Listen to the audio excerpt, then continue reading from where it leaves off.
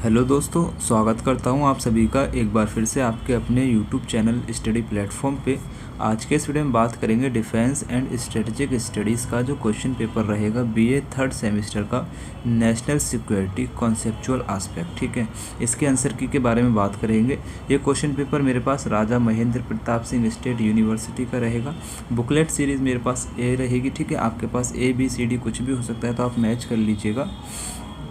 ठीक है, हाँ, तो देखो यहाँ पे जो कुछ इम्पोर्टेंट बात है वो मैं पहले आपको बता दे रहा हूँ कि 75 क्वेश्चन का ये क्वेश्चन पेपर रहा था, जिसमें से आपको 65 को हल करना था। और कुछ बच्चे कह रहे थे कि सर अच्छा पेपर नहीं गया है, जो भी है, लेकिन मैं आपको बता रहा हूँ कि इस वाले वीडियो में भी ना मेरे जो प्रीवियस वीडियो अपलोड हैं चैनल पे, जो पहले के वीडियो अपलोड हैं, जो पहले यूनिवर्सिटी ने करा रखे हैं, जिसके मैंने आंसर की आपको बता रखे हैं, उसमें से काफ़ी क्वेश्चन आए हुए हैं, है ना। तो ऐसी बात नहीं, और काफ़ी सिंपल क्वेश्चन पेपर भी मेरे को लगा, कुछ करंट अफेयर बेस पे भी था, तो इतना टफ नहीं था। बाकी आप देखो, पढ़ के जाएंगे अच्छे से तो आपको आसान लगेगा, अगर आप पढ़ के नहीं जाएंगे तो आपको आसान नहीं लगेगा। और ये थोड़ा डिफ़िकल्ट इसलिए भी बन जाता है क्योंकि इसकी क्लासेस वगैरह तो होती हैं कॉलेज वगैरह में, आपके में नहीं होती हैं, वो मुझे नहीं पता है। इसके मॉडल पेपर वगैरह नहीं आते हैं, तो बच्चे तैयारी नहीं कर पाते हैं, और वीडियो पे इतना भरोसा शायद लोगों को नहीं रहता है। लेकिन भाई आपका जो ये स्टडी प्लेटफॉर्म यूट्यूब चैनल है ना, सिर्फ इसी पर इस सब्जेक्ट से रिलेटेड वीडियो मिलते हैं। ठीक है, मैं कोशिश करूँगा आगे आपका जो 5th सेमेस्टर में आएंगे वहाँ पे बेहतर से बेहतर कंटेंट आपको दे सकूँ मैं। ठीक है, और प्रीवियस ईयर के जो ज़्यादातर यूनिवर्सिटी में क्वेश्चन पेपर हो चुके हैं उसको ही मैं आपको सॉल्व कराऊँ और आपको एक एक चीज़ समझा के चलूँ। और इस वाले क्वेश्चन पेपर में भी मैं थोड़ी आपको अच्छे से थोड़ा समझाता हुआ चलूँगा, ताकि आपको जो फर्स्ट ईयर में इस वक्त बच्चे हैं वो जब थर्ड सेमेस्टर में आएँ तो उनके लिए भी ये जो क्वेश्चन पेपर है ना, ये वाला, इस वाले क्वेश्चन पेपर से काफ़ी हेल्प हो सके।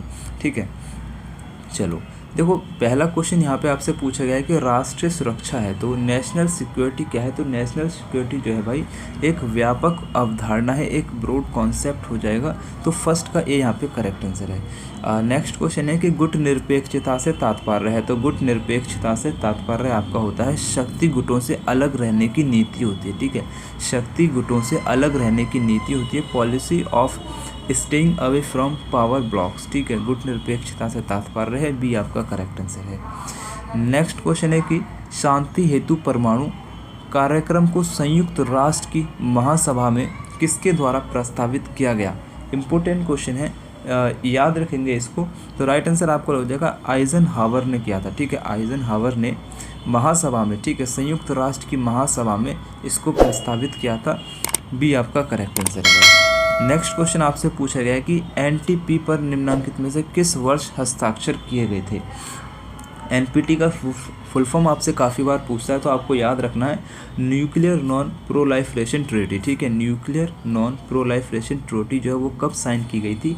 ये क्वेश्चन मैंने आपको काफ़ी बार किया हुआ है भाई, आपने अगर वीडियो देखें तो मैं बता रहा हूँ कि आपने इस क्वेश्चन का आंसर आपने सही लगाया हुआ। 1968 में इस वाली जो ट्रीटी है, इस वाली संधि को साइन किया गया था। ठीक है, तो सी आपका यहाँ पे करेक्ट आंसर था। ये क्वेश्चन मैंने कराया हुआ है, ठीक है, मेरे प्रीवियस वीडियो में अपलोड है। नेक्स्ट क्वेश्चन आपसे पूछा गया है कि एक सभी के लिए और सभी एक के लिए, ये किससे संबंधित है। भाई ये क्वेश्चन भी आपको मैंने कराया हुआ है, तो सामूहिक सुरक्षा से संबंधित है। ठीक है, और ये वाला जो स्टेटमेंट है किसने दिया है, मॉर्गन थाउ ने दिया है। इस बात को भी आपको मैंने बता रखा है। और ये वाला क्वेश्चन भी कि ये वाला जो है 1 for all and all for one, ये किसने कहा था, हु सेड दिस, तो ये कहा था मॉर्गन थाउ ने। ठीक है, तो ये यहाँ पे करेक्ट आंसर हो जाएगा इसका सामूहिक सुरक्षा। अच्छा, आप सभी से एक छोटी सी रिक्वेस्ट हो रही है, जब आप मुझे क्वेश्चन पेपर सेंड किया करें तो इसमें ये ध्यान रखा करें कि जो आपका क्वेश्चन पेपर मुझे सेंड कर रहे हैं उसमें इंग्लिश वाला पोर्शन भी आना चाहिए और हिंदी वाला भी आना चाहिए, क्योंकि जो स्टूडेंट होते हैं ना वो हिंदी के भी होते हैं, इंग्लिश के भी होते हैं। अभी मैं हिंदी में ही पढ़ाता हूँ, तो इसका मतलब ये नहीं है कि आप हिंदी में ही भेजेंगे। ठीक है, मेरा उद्देश्य यहाँ पे रहता है कि इंग्लिश वालों और हिंदी वालों दोनों को क्वेश्चन पेपर पूरा दिखना चाहिए। सिर्फ आपके लिए ठीक है, कोई बात नहीं, लेकिन इंग्लिश वालों को भी समझ में आना चाहिए आपको। तो मैं यहाँ पे बताता चल रहा हूँ, इंग्लिश वाले तो बेचारे खुद ही पढ़ते हुए अपने आंसर चेक कर रहे हैं, तो इंग्लिश में भी आप थोड़ा ध्यान रखें और थोड़ा क्लियर इमेज को रखें। अभी इस वाले क्वेश्चन पेपर में भी आगे जो है थोड़ा बिलर इमेज हो रहा है, वो मैं आपको इतना नहीं कराया, मैंने क्लियर कर दिया है वैसे। ठीक है, नेक्स्ट क्वेश्चन आपसे पूछा गया कि केंद्रीय मंत्रिमंडल की सुरक्षा संबंधी समिति के अध्यक्ष भारत में कौन करता है।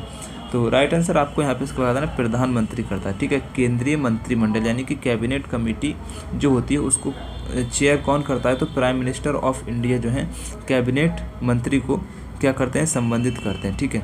ये यहाँ पे करेक्ट आंसर है। ये करंट अफेयर से क्वेश्चन था, ये करंट अफेयर कहते हैं, जीके से कहते हैं, तो ये इंपॉर्टेंट था 6 नंबर का जो आपका क्वेश्चन था। नेक्स्ट क्वेश्चन है कि अग्निपथ योजना संबंधित है, तो इम्पोर्टेंट है और आसान भी है, भारतीय सेना से हो जाएगा, ठीक है। पुलिस से नहीं है, इसरो से नहीं है, बार्क से नहीं है, तो भारतीय सेना से है अग्निपथ, आप सभी को पता है। नेक्स्ट क्वेश्चन आपसे पूछा गया है कहूटा शोध प्रयोगशाला किस देश से स्थित है, ठीक है। यानी कि कहूटा रिसर्च लेबोरेटरी जो है वो किस कंट्री में लोकेटेड है, तो पाकिस्तान में है, ठीक है। पाकिस्तान के पंजाब में है, इस बात को याद रखना है, ठीक है। नेक्स्ट क्वेश्चन आपसे पूछा गया है कि पाकिस्तान का प्रक्षेपास्त्र, जो प्रक्षेपास्त्र यानी कि बाबर जो है, यानी कि जो इसकी मिसाइल है पाकिस्तान की बाबर जो मिसाइल है, निम्नलिखित में से किस श्रेणी के अंतर्गत आती है, तो बैलिस्टिक मिसाइल, ठीक है। 9 का राइट आंसर आपको लगाना क्रूज़ मिसाइल के अंतर्गत आती है, क्रूज़ मिसाइल के अंतर्गत आती है। जो आपकी बाबर मिसाइल है वो क्रूज़ मिसाइल के अंतर्गत आती है। देखो यहाँ पे ना 2 मिसाइल आपकी होती हैं, एक होता है क्रूज़ मिसाइल और एक होता है बैलिस्टिक मिसाइल।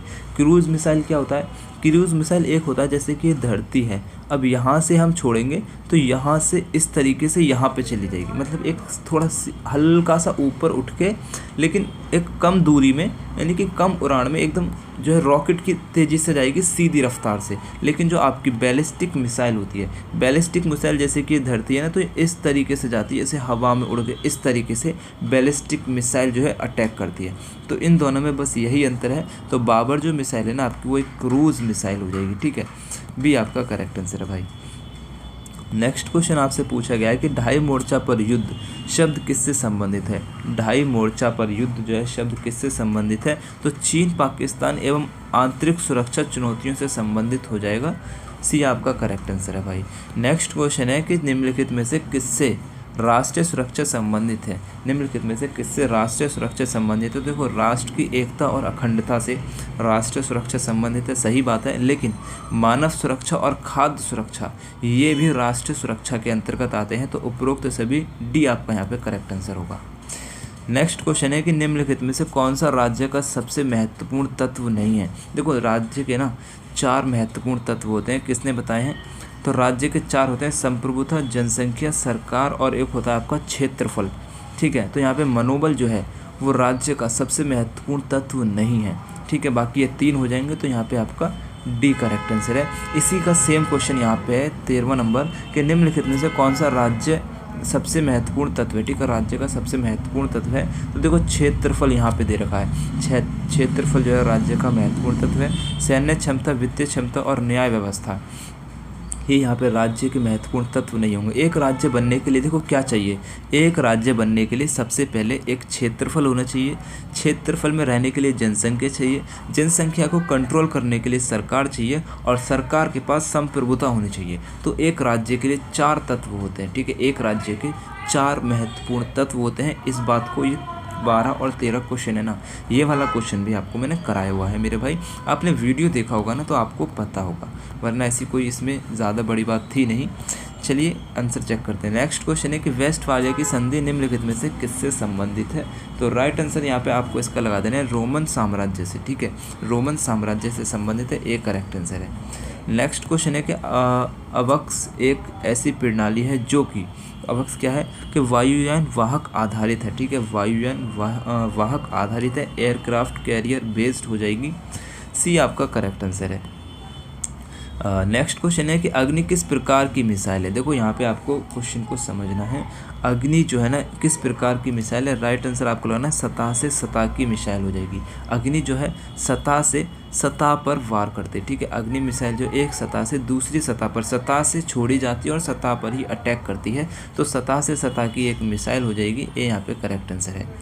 नेक्स्ट क्वेश्चन यहाँ पे आपसे पूछा गया है निम्नलिखित में से कौन सा देश सुरक्षा के दृष्टिगत भारत के लिए सबसे बड़ी चुनौती है। तो निम्नलिखित में से आपसे पूछ रहा है, तो यहाँ पे पाकिस्तान हो जाएगा। नेपाल से हमारी दोस्ती है, भूटान से कोई दिक्कत नहीं है, श्रीलंका से कोई दिक्कत नहीं है, पाकिस्तान से है, तो आपको यहाँ पे राइट आंसर लगा देना है डी। नेक्स्ट क्वेश्चन है कि निम्नलिखित में से कौन सा देश सुरक्षा की दृष्टिगत भारत के लिए सबसे बड़ा खतरा है। तो देखो, नेपाल, बांग्लादेश और श्रीलंका, इनसे हमें कोई दिक्कत नहीं है। चीन से हमें दिक्कत है। चीन और पाकिस्तान एक ऐसे देश हैं जो हमारे दुश्मन कहलाते हैं, ठीक है। डी आपका करेक्ट आंसर हो जाएगा यहाँ पे। नेक्स्ट क्वेश्चन आपसे पूछा गया है, निम्नलिखित में से कौन सा प्रक्षेपास्त्र यानी कि मिसाइल पाकिस्तान से संबंधित नहीं है। देखो, अग्नि जो है भारत की मिसाइल है, बाबर शाहीन अब्दाली। बाबर शाहीन अब्दाली नाम से ही आप पता लगा सकते हैं कि एक तरीके से मुस्लिम नेम है, तो ये पाकिस्तान की हो सकती हैं। और अग्नि जो है पता है भारत की ही मिसाइल है, तो आपको लगा देना है ए आंसर यहाँ पे। देखो बता 19 में, 18 में और 17 में कोई दिक्कत है क्या? मेरे ख्याल से आपने सही आंसर इसको लगाए होंगे, कोई प्रॉब्लम नहीं है। नेक्स्ट क्वेश्चन आपसे पूछा गया है, निम्नलिखित में से कौन सा प्रक्षेपास्त्र चीन से संबंधित है। देखो, चीन से संबंधित कौन सा है? DF-41 है। देखो, शाहीन गौरी अब्दाली, ये पाकिस्तान से संबंधित, आपको नाम से ही पता चल रहे हैं। लेकिन DF-41 से एक तरीके से चीन का कोई संबंध इससे लग नहीं रहा है, लेकिन आप एक आइडिया लगा सकते हैं कि चीन का ही होगा अगर ये सब पाकिस्तान के हैं तो। ठीक है, तो डी आपका करेक्ट आंसर था। मेरे ख्याल से यहाँ पर कोई दिक्कत नहीं होनी चाहिए आपको। नेक्स्ट क्वेश्चन आपसे यहाँ पे पूछा गया है कि निम्नलिखित में से चीन का कौन सा प्रक्षेपास्त्र क्रूज क्षेत्र के अंतर्गत आता है। तो क्रूज क्षेत्र के अंतर्गत आता है HN-3, ठीक है, HN-3 सी आपका करेक्ट आंसर है। क्रूज मैंने आपको बता दिया है कि एक तरीके से रॉकेट बेस्ड तरीके से मिसाइल जाती है, यानी कि ऐसे करके मिसाइल पहुंच जाती है और जो आपकी बैलिस्टिक मिसाइल होती है वैसे हवा में उड़ के जाती है और तब अटैक करती है। नेक्स्ट क्वेश्चन आपसे पूछा गया है कि लोपनोर किस राष्ट्र में स्थित है। तो लोपनोर जो है आपका चीन में स्थित है। कहाँ पे स्थित है भाई? चीन में स्थित है और न्यूक्लियर वेपन टेस्टिंग का एक क्षेत्र हो जाएगा, ठीक है। न्यूक्लियर वेपन्स का टेस्टिंग का एक क्षेत्र है चीन का लोपनोर। अच्छा, भारत में न्यूक्लियर वेपन की टेस्टिंग कहाँ की जाती है? परमाणु परीक्षण कहाँ किया जाता है भारत में? तो भारत में किया जाता है राजस्थान के पोखरण में किया जाता है। चीन में कहाँ किया जाता है? लोपनोर में किया जाता है, ठीक है, याद रखेंगे आप इस बात को। नेक्स्ट क्वेश्चन है कि निम्नलिखित में से कौन सा अपरंपरागत सुरक्षा का खतरा है। तो अपरंपरागत सुरक्षा का खतरा कौन सा है भाई? जलवायु परिवर्तन है, अवैध प्रवास है, आतंकवाद है, यानी कि ये सभी हो जाएंगे, ठीक है। डी आपका करेक्ट आंसर है। नेक्स्ट क्वेश्चन आपसे पूछा गया, भारत में रक्षा अनुसंधान हेतु प्रमुख संस्थान निम्नलिखित में से कौन सा है। भारत में रक्षा अनुसंधान हेतु प्रमुख संस्थान कौन सा है? तो रक्षा के लिए आपका हो जाएगा यहाँ पे DRDO, ठीक है, यानी कि defence research and development organisation. Defence research and development organisation, तो सी आपका करेक्ट आंसर हो जाएगा, ठीक है। रक्षा के लिए सी आपका करेक्ट आंसर है।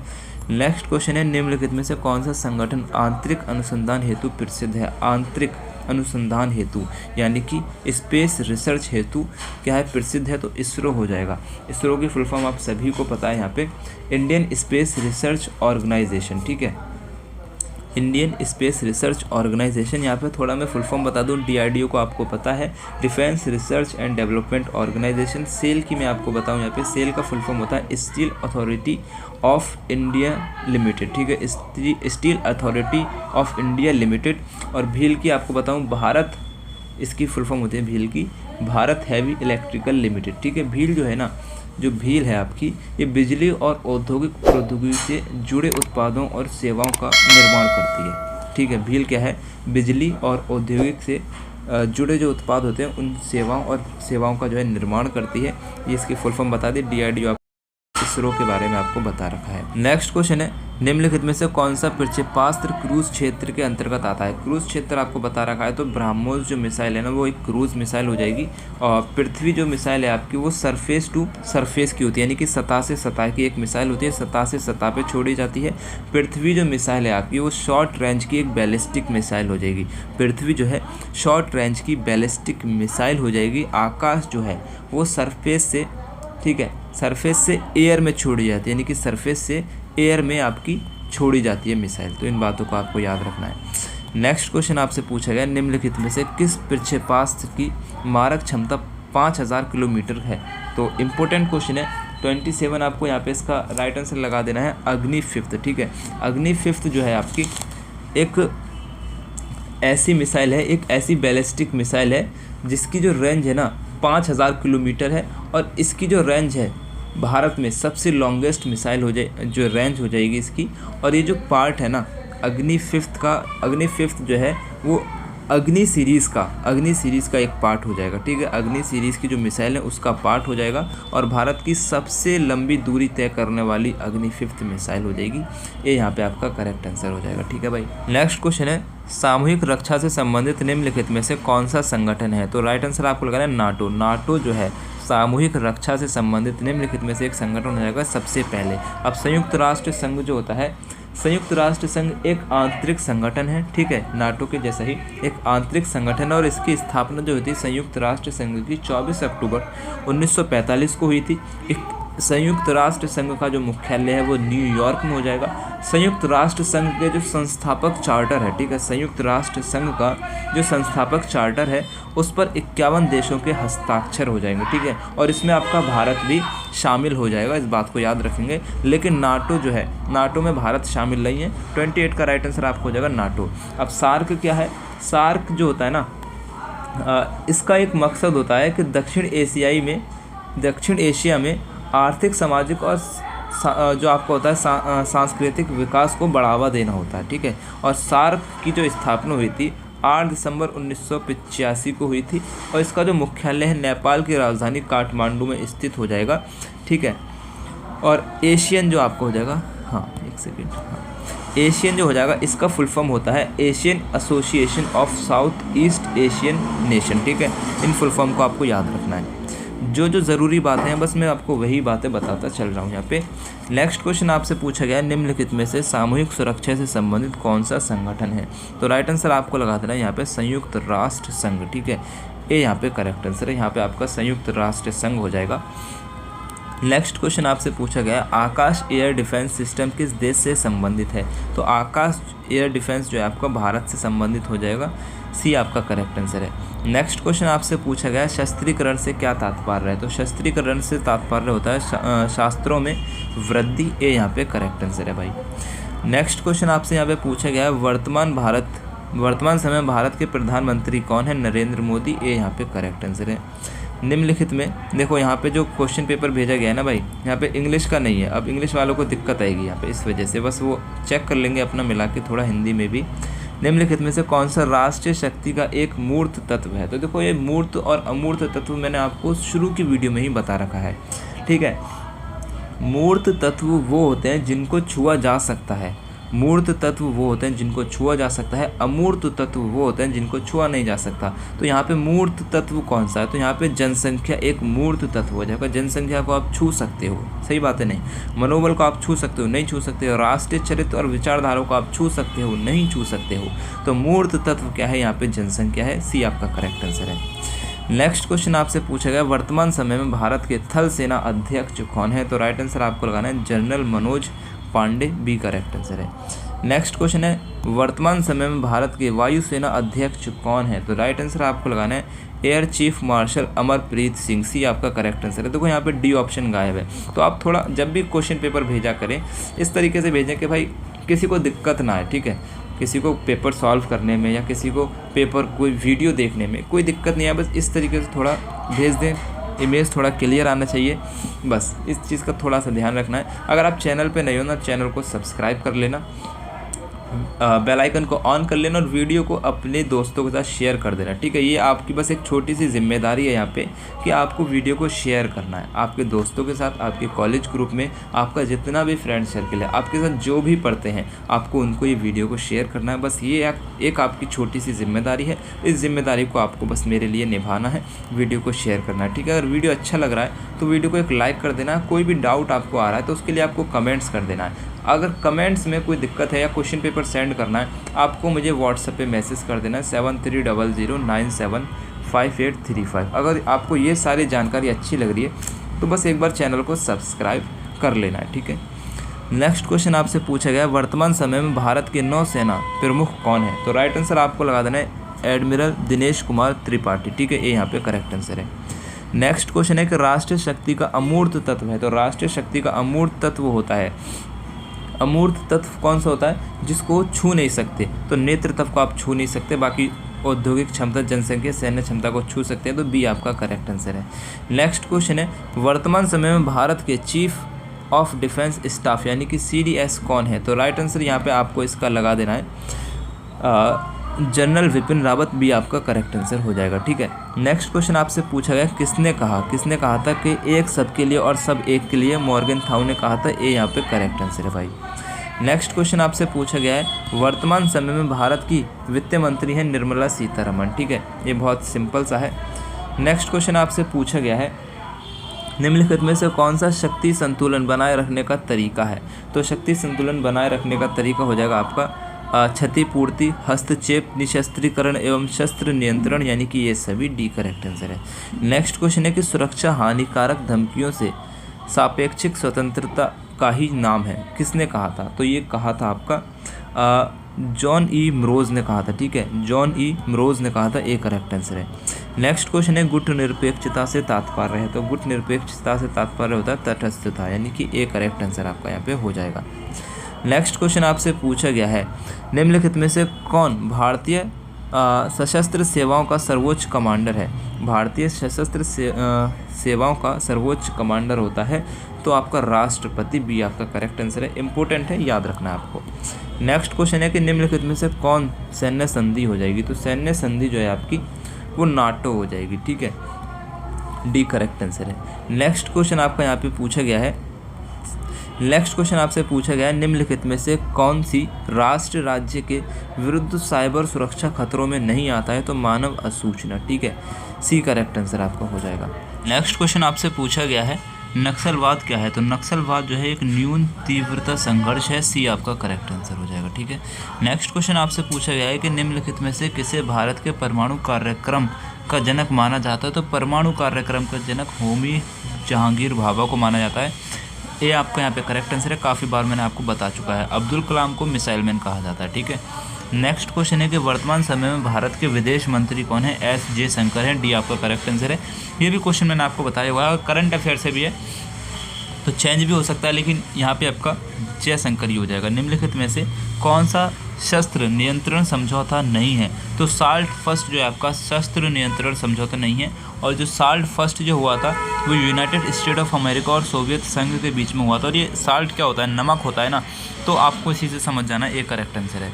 नेक्स्ट क्वेश्चन आपसे पूछा गया भारत के प्रथम परमाणु परीक्षण का कूट नाम क्या था। ये क्वेश्चन आपको मैंने काफ़ी बार करा चुका है, स्माइलिंग बुद्धा भी आपका करेक्ट आंसर था। ठीक है, नेक्स्ट क्वेश्चन आपसे पूछा गया वह वर्ष जिसमें नाभिकीय अप्रसार संधि को अनिश्चित काल के लिए विस्तृत किया गया।